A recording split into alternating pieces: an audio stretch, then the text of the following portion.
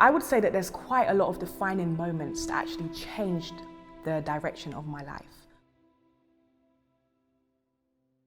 One of those defining moments was when my mother actually abandoned me and my father actually walked out on my life.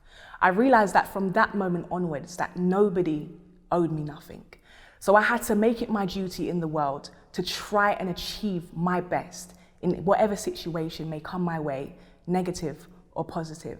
So with my situation and everything that I've been through, I then make it my duty to really help and work with other young people that have also gone through similar experiences. Growing up in the foster care system myself and seeing all of the mistreatment that I actually experienced as a young woman growing up, this led me to actually shape this practice by influencing this type of work, by working with foster carers.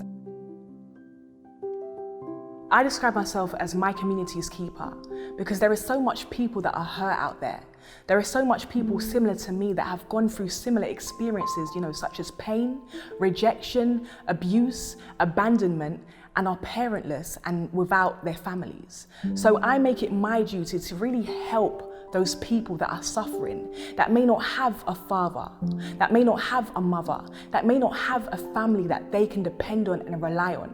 So I make it my duty to be a community's keeper. I actually produced a book called The Foster Carer's Guide from a Young Person's Perspective. And I guess the reason why I wrote that book was because I felt so mistreated as a young girl that grew up in the care system. I encountered so many experiences with foster carers where they didn't treat me as though I was their child. They would give me different food to eat from the other young people that they were taking care of.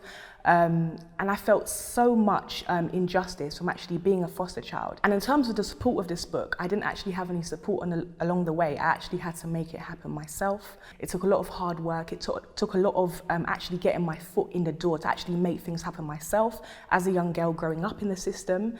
And I can safely say now that I'm actually actively making the change that I need to make politically, socially, and as a group of other care leavers as well, which is really powerful. I feel very passionate about the community.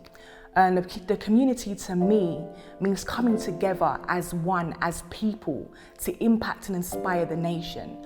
Oftentimes you do find a lot of negatives in the community because not everyone wants to come together, and that can often be a bad thing. But once you find things that you're all passionate about, the change that you can make as a collective is very, very immense. For people that may be needing guidance, maybe feeling like they need help, maybe feeling isolated right now, I will really urge you to speak out. I would say to deal with your problems before they actually deal with you. And this could be seeking help, through counselling services, seeking help through loved ones, seeking help through someone that you can really confide in. If there's anybody out there that has a passion for change, a hunger for change, just go for it.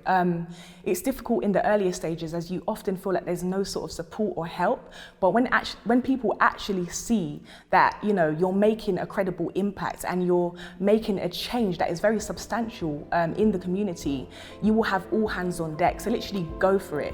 It all starts with a seed and then it grows and blossoms into a flower, so literally just go for it. Rome wasn't built in a day, which means that the change and the impact that you're wanting to make won't be made in a day, but if you just put your foot into the door, the whole door will eventually open and you will make that change that you ultimately want to see.